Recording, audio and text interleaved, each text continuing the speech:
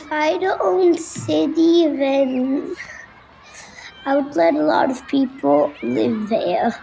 And if nobody wanted to live there, I'll just give them free money to make them live there. I would probably add a few chocolate fountains. I think I'll add a Lego area, and there's a big, well, not that big, but a kind of a New York statue. It's made out of Lego. I wish places that only grown-ups could go, kids could also go. If I could make a very good park, I would let a lot of kids play in it. Some trees and some grass. I would put some monkey bars. I would put a bench. By the playground, if you're a little tired, you can take a break on the bench. I'll put a stop sign if any cars would come. Yeah, I'll put trees by the road, but not in front of the road.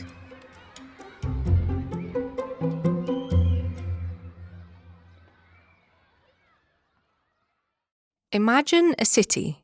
What's the first thing that comes to your mind? Trains packed with morning commuters? Skyscrapers reflecting the sun? Monuments, museums, endless places to eat, drink, and shop.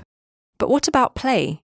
It might not be the first thing your average adult thinks about, but for children, no matter where they are, busy city, sleepy suburbia, or in the open country, play is essential.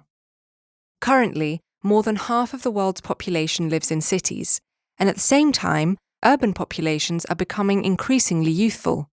According to UN Habitat, by 2030, 60% of urban populations will be under the age of 18. So why is it that more space isn't allocated to the simple joy of play in our cities and towns? And when it comes to how we make decisions and look for solutions in urban planning, a field where creativity is often rewarded, are we overlooking the opinions of those who intuitively understand play? And if the gatekeepers were to hand over the keys to the young, the people of tomorrow, would it just be a world of chocolate fountains and 100-foot slides? Or would we be pleasantly surprised to find some very practical innovations that can benefit both the young and the old? In this episode of Common Ground, we're looking around the world for examples of good urban design that inspires residents to play, and in turn, play inspiring good urban design. We'll speak to two people who've been tapping into their inner child to build more playful cities, for the sake of our children as well as grown-ups. Stay with us.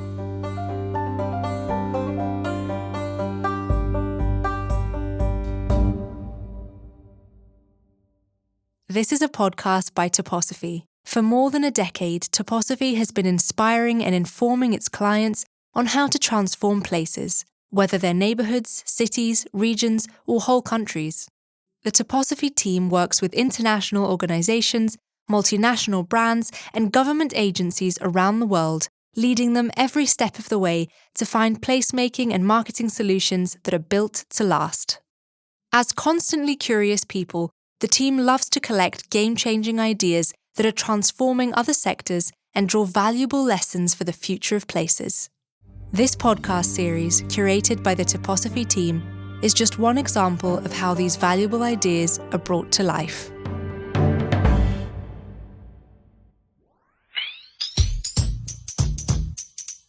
Growing up in Philadelphia was, let's say that I had a very different experience than my own children are having now.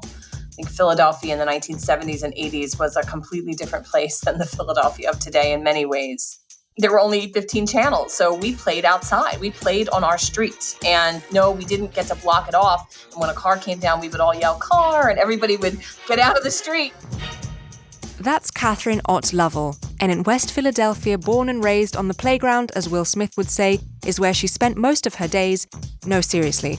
She's Philly born, bred, and the former commissioner for the city's Parks and Recreation Department. I see this with my own kids. I have a 9-year-old and she's on a screen hiatus right now. Complete screen hiatus for a week, because anytime I see her forgetting how to play, she actually forgets. If my daughter has a choice to be outside or in front of a screen, she will 100% of the time choose a screen. And she loves being outside, but it's just too tempting and it's too seductive.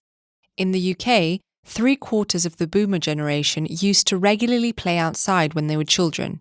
Today, that number has shrunk to just a quarter. There's still a mindset that happiness isn't a fundamental right, and it's not seen in the same way that jobs and healthcare and education is seen. Now, we could argue that it's down to parents leading busier lives, new tech seducing kids to screens, or simply a switch in parents' attitudes towards learning. But what is certain is that active play is an essential part of a child's well-being. It builds their emotional and social resilience and fosters their cognitive and physical development. Just like you need a health department, you need police, and you need fire, you need a department that brings fun and joy into community. And whether your idea of joy is playing softball or soccer, or whether your idea of joy is walking, along a passive trail, we want to facilitate that at Parks and Rec. And that's just what Kathryn's been doing in her time as the Commissioner for Parks and Recreation in Philadelphia. She's been overseeing 700 full-time employees, over 10,000 acres of land, 166 miles of trail, 250 playgrounds, and thousands of programs and events involving leisure, entertainment, and recreation. But more specifically, we've invited Kathryn onto the show to talk about Philadelphia's acclaimed Playstreets program. Well, let me give you the history first, because that's important. We are one of the first cities that had a Playstreets program. It was started over 50 years ago. We have terrible record keeping at Parks and Rec in Philly, so we don't actually know when it started. We just know people who've worked here for almost 50 years remember Playstreets. Recently, the idea of Playstreets is gaining traction in cities around the world. While it works differently in different places, the basic idea revolves around closing certain streets to traffic so that playgrounds can break free from their designated fences and spread around the city.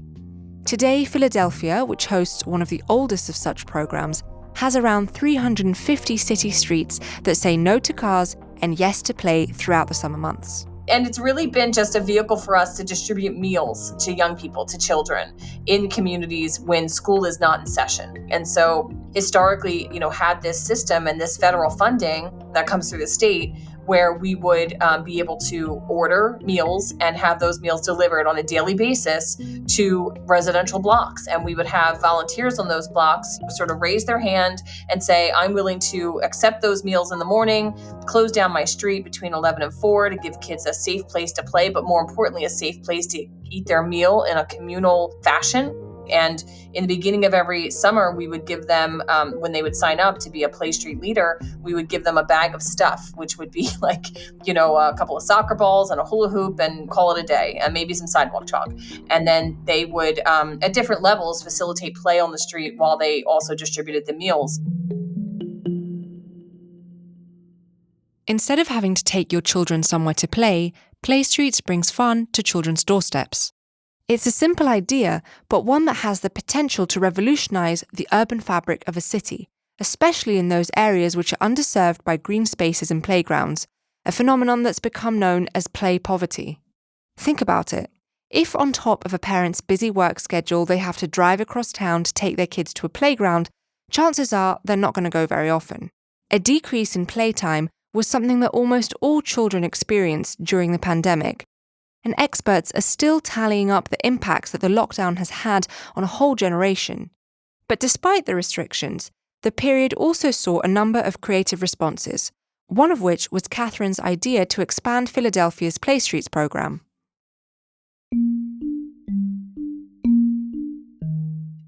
We didn't feel that we could run our summer camp safely. We couldn't open our pools safely, couldn't bring people together in those large group settings. We thought, well, what if we bring play to the children? And we used the Play Street framework and model and said, okay, we're not just going to distribute meals and a bag of stuff. We're going to bring play every single day. And we raised about $600,000 over the course of 30 days. We had 300 play streets. Every play street received several kits, and the kits were full of sporting supplies, wiffle balls and bats, soccer balls, basketballs, dodgeballs, And then we also had 50 of the 300 streets that were in some of the neighborhoods that had the deepest, highest rates of poverty and the highest rates of gun violence. We labeled them as super streets.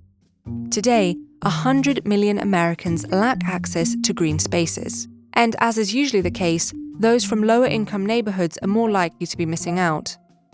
So this was the first time we did this. And basically we created a rotating calendar of programs that would happen on those streets every single day in the summer, Monday through Friday. We had themed days. So you might have a Wellness Wednesday where we have, different fitness programs come out, partnering with our professional sports teams to run clinics.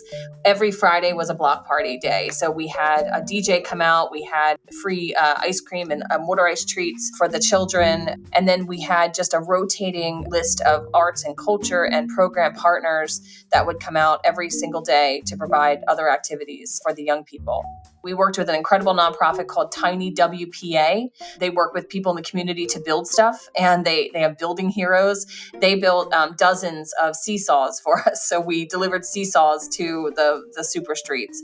We worked with a company, urban planning firm in LA called KDI, and they did something really cool at LA Play Streets where they created these things called wobbles, which are these giant plastic interlocking pieces that can be sort of put together and built and taken apart to create seating structures, to create things to climb and play on. And so we had a wobble truck that we loaded that stuff up on every day, and the wobble truck went to a different block every day, of those 50 super streets.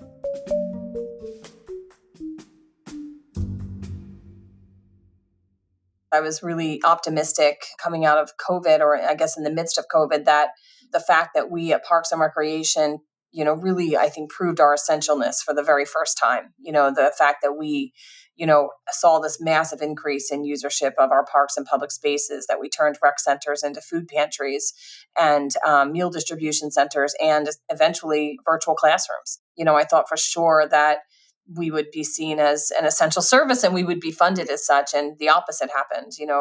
Coming out of COVID, we lost a full 20% of our budget.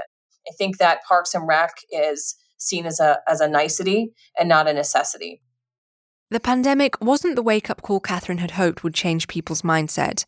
In fact, Parks and Recs departments across the US faced the same reality, with most describing a slashing in funding. It's clear that play isn't a priority to those pulling the purse strings. But what if children were in charge of our cities? While we can't expect them to stand for mayor, although Greta might have done better than many, we could surely ask them for their advice.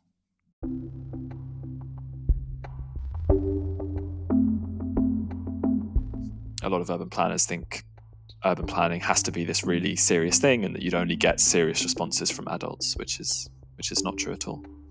That's James Delaney, founder of the company Blockworks and chairman of the board for Block by Block. Both initiatives use Minecraft, yes, Minecraft, to inspire new ways of thinking about learning, architecture, and urban design. A few years after I started Blockworks, I started studying architecture at university and then later urban design. And so as I was kind of growing Blockworks and doing more and more with Minecraft, I was able to relate that to what we were learning about in architecture. And it soon became quite clear that there's a massive crossover, particularly in the value of not just Minecraft, but any sort of games or forms of play as quite a useful way to think creatively about architecture and urban design. For those who've been living under a rock for the past 20 years and haven't heard about Minecraft, it's basically Lego for the digital age. How it works is basically it's a 3D world that's made up of these cubes. They're called blocks in Minecraft. And the player can either place cubes or remove them. Minecraft has a selection of different types of blocks. You can choose between sort of different types of concrete or wood or glass or grass, natural materials as well. And so fundamentally that's what it is. You're removing or placing blocks in this 3D landscape to kind of shape it. I think one of the things with Minecraft that differentiates it from a lot of tools that architects would usually use is the perspective.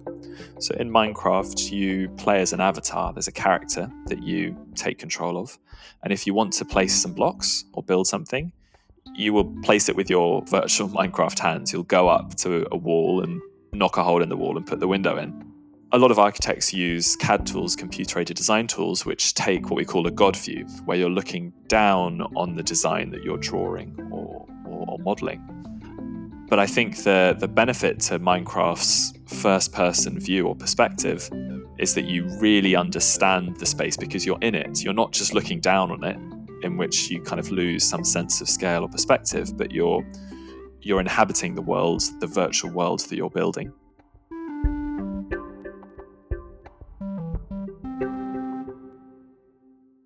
This idea of inhabiting the world you're building sounds obvious, but it's one of the most important pillars of functional urban design. No matter how good an idea seems on paper, how people will live it in day-to-day is often harder to predict. It's why architects and planners need to involve the community from a project's early stages, but it's not always so straightforward. Architects understand that we need to ask the people who live there about their ideas and their thoughts, and that's kind of generally accepted as a good thing, community consultation. But quite often it's done in quite a top-down way, and Minecraft offers a way to kind of equalize that power dynamic, and particularly give younger people, who are very often left out completely of any consultation, give them a chance to share their ideas and wishes for a particular space, especially where you have quite a diverse age range in the group. What it means is it kind of reverses the power structure where the older participants are usually going to be louder and speak more and really steer the conversation. And so what we see when we sit them down on Minecraft is we'll pair younger participants with older ones, and the younger participants can then share their knowledge or teach older participants Minecraft, and that becomes a really nice kind of cross-generational exchange and discussion. It's this equaling of power dynamics across generations that Block by Block is built on. And funnily enough, it's kind of how it started too. Block by Block is a non-profit foundation that began in 2012. And the idea was to really integrate Minecraft or use Minecraft as a participatory planning tool. It was actually, I think, a Swedish architect who was working on a housing project in Stockholm. And, he was working on the consultation part where he prepares a presentation to show to the community. And his son was looking on and said, "Oh, why don't you do that in Minecraft?" And they did. And I think Mojang, who are the creators of Minecraft based in Stockholm, caught sight of that. And there was then a chance meeting with members from UN Habitat, which is kind of the UN's housing and urban issues group. That's how the foundation was born. UN Habitat is the United Nations Programme for Human Settlements and Sustainable Urban Development. It was established in the 70s to promote socially and environmentally sustainable towns and cities with the goal of providing shelter for all. They will usually be working with partner organizations on the ground. It could be a UN Habitat country office or a local school, university, other NGOs, and they'll do some form of community outreach. I mean, our typical project tries to get a broader cross-section of the community as possible in terms of gender, age, background, etc. Sometimes we do projects which have a specific demographic in mind. So, for instance, we've done a project just with young women and girls on sort of safety and public space safety in Vietnam. The basic process is, well, firstly, to identify a space, usually a public space, that needs improving or renovating. We'll then build the existing site as it is in Minecraft, so we have a virtual model of it. We'll then take that into the community, usually about 30 to 60 people who live there. And over the course of the workshop, which is a few days, those residents will build their vision for that public space on top of our existing Minecraft model, and then the foundation will fund the construction of the new public space based on the designs made in Minecraft by the community.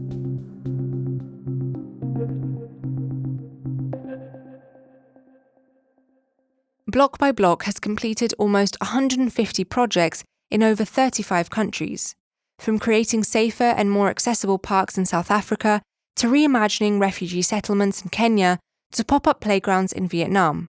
A lot of their projects focus on empowering often neglected communities in the global south to build resilient urban spaces. And as James mentioned, giving the unheard a voice. This ranges from work with the LGBTQI community to those less mobile and, of course, younger people. we'll usually see over the process of a 2-3 day workshop, the kids getting louder, the kids getting more sort of confident with their ideas. And one thing that you can often see, and this is a good demonstration of that, is we'll start the workshop with people split into smaller teams, so sort of separate tables. I've been to a few workshops where by the end, all the tables are pushed together, and that's not us, that's just them sort of literally bringing themselves together to kind of collaborate and share. And then that culminates in the presentations at the end, where each group will do a presentation of their Minecraft build, not just to the other workshop participants, but also to the local government, the local mayor, if we can get them. And that's really where you see a complete transformation in people's kind of confidence and abilities from the start to the end of the workshop. And the dialogue doesn't stop after the consultation. It's an ongoing conversation between architects, designers, and residents. It's not as simple as taking their Minecraft build and then giving it to builders and just building it. There is a stage in between where architects and planners will interpret the Minecraft build. This is also possibly one of the potential weaknesses of the approach. And to mitigate that, to make sure nothing gets lost in translation, we'll actually include those same architects in the Minecraft workshop. So they're there as the communities are designing and presenting. The architects will then take those Minecraft designs and make sort of working architectural plans, and they'll then present that back to the community before we go ahead. So there's like a validation process. This validation process is the best way for politicians, developers, and urban planners to ensure that their investments in the new public space are in fact worth it. It's their best shot at making sure these projects don't become white elephants. We have a great example from Kosovo where I think we started work in 2015, and one of the participants, or a group of the participants, were really keen to have a skate park because they didn't have anything like a skate park anywhere near where they lived. And through their Minecraft model, they were able to kind of convince the other participants that it was a good idea. The skate park was built, and we revisited the site 5 years later and actually found that same group of kids who designed the skate park in Minecraft using it.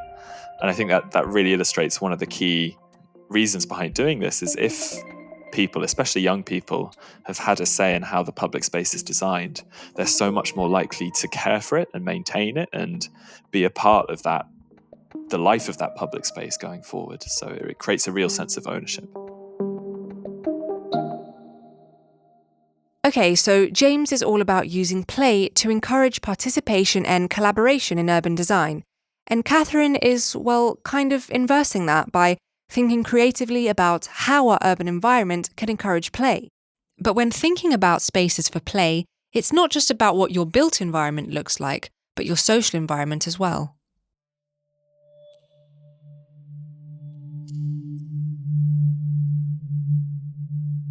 We're a city that is in a gun violence epidemic right now. You know, for many of our young people that live in those in the communities where gun violence is a daily threat, it is there's a massive challenge to feel safe and to get home safe. And that's something that we didn't have to deal with when I was a child.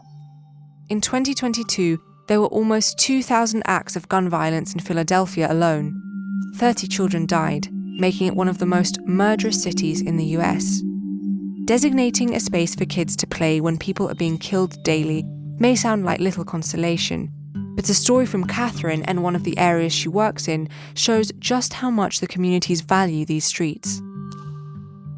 Our staff was out setting up for the play street because it was a super street, and it was about 11 o'clock in the morning working with the volunteer who was the play street leader, and there was a shooting on the block, like 100 feet away from where they were setting up at 11 o'clock in the morning.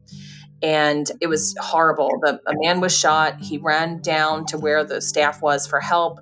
Our staff and the play street leader helped him tend to his wounds, until the ambulance arrived and the police arrived. And, as soon as we found out about it, we went to the play street leader and we said, we're going to close the street. Of course, we're not going to be able to do a play street here. And she was adamant. She said, of course we're going to do a play street here. You're not going to close up, because someone got shot. This is why we have to do the play street. We were reacting in fear. She was reacting in just this incredible bullish attitude and what she said, I remember, she said, shootings happen here. Play doesn't. And we have to press on. I mean, this attitude of like, these shootings every summer happen, but this is unique and this has to stay. The shootings can't stop this from happening. And it was just a profound moment, of like, oh my God, of course.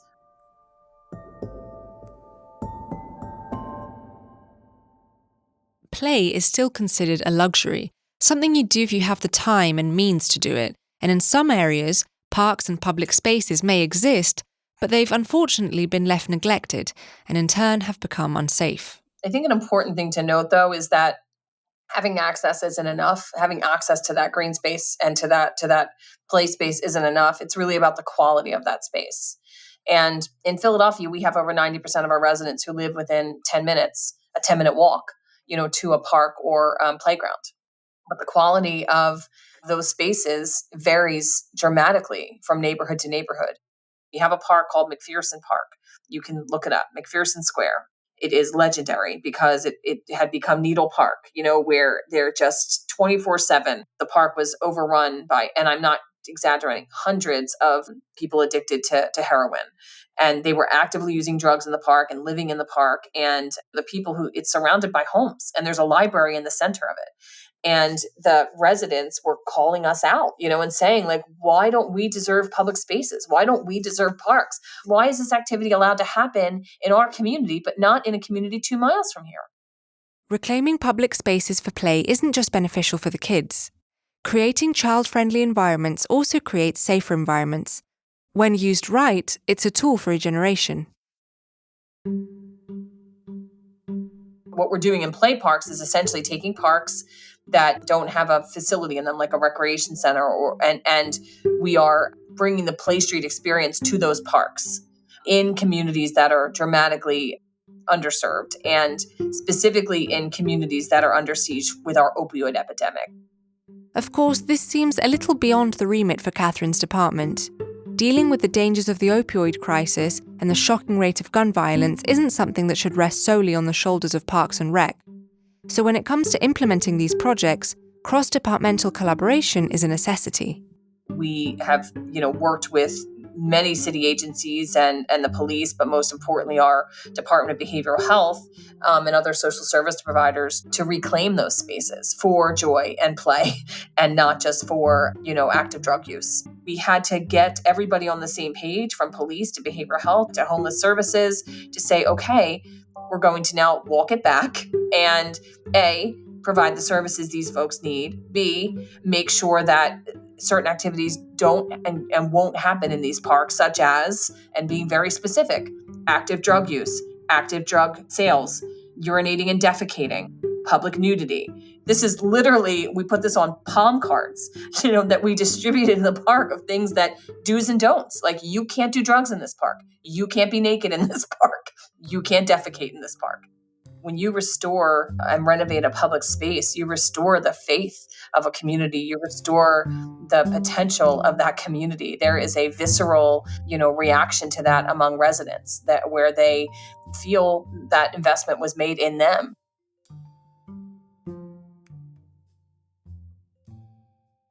For James, empowering the community comes not only through the workshops, but by training and teaching local governments in the methodology of the foundation, so that one day using play in planning isn't just a novel occasion, but a common practice. I think for us, the main challenge that we face is the digital divide, that the reliable access to technology in the global south context that we work in. I think as much as we love running our workshops, we'd be most happy if all cities in the world did this themselves, and it's not that difficult to do. So we've released with UN Habitat a playbook, which goes through in a lot of detail our process and how you would be able to do this yourself. We also do a lot of training of trainers. So that's where we're kind of building local capacity in governments and sort of urban planning departments for them to take this on and do this as well. We try and do that now, actually, with most of the projects. So we'll go in and run the workshop, and at the same time, whilst we're there, we'll train sort of local partners, local government, so that they can do more. I think we did a project in Dandora, which is a slum in Nairobi in Kenya, and we just funded one project, but the local government loved it so much that they were able to replicate this on several sites in the same area. So yeah, it's really good to see that kind of scaling up and our partners taking the initiative to continue this themselves.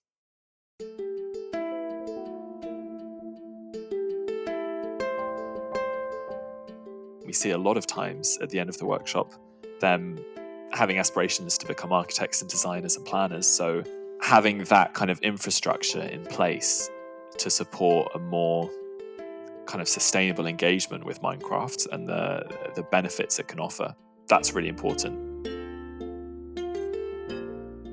I think that we have to make better, bigger, bolder investments in recreation, in parks, in public space. We have to see them for their intrinsic value, right? To save our cities. I really do believe that. I really do believe that there is enough power in parks and public space to connect us as humans in a way that we desperately need right now.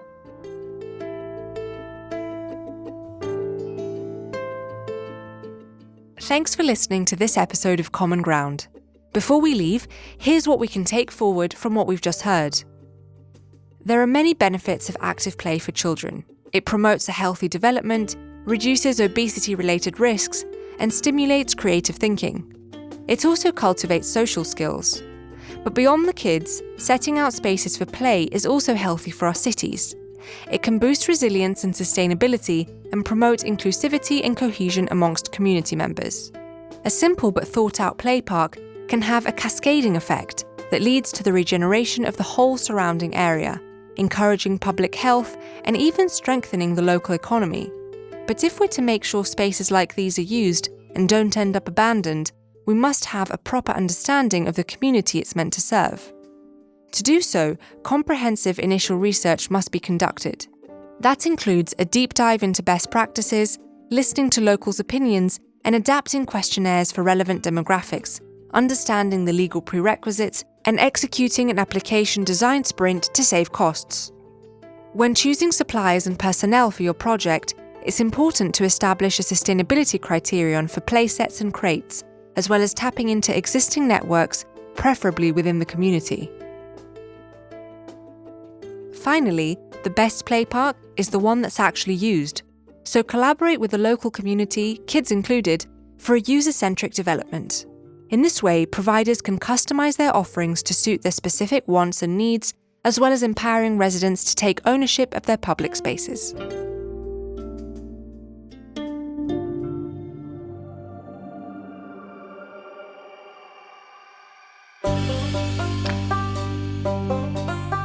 Next time on Common Ground. It was about people's identity. It was about self-esteem. It was about people caring for each other. It was about people looking after the community. It was all these things mixed together. We're in Australia and the UK looking at the ways our towns, cities and villages can help the loneliest in our communities. This podcast was developed, researched and produced by the experts at TOPOSOPHY and the Greek Podcast Project, with production assistance from Gaia Lutz. A big thank you to Martine and Lute Villevoix, whose wonderful ideas we heard at the beginning of the show. I'm Daphne Karnizis. Thanks for listening.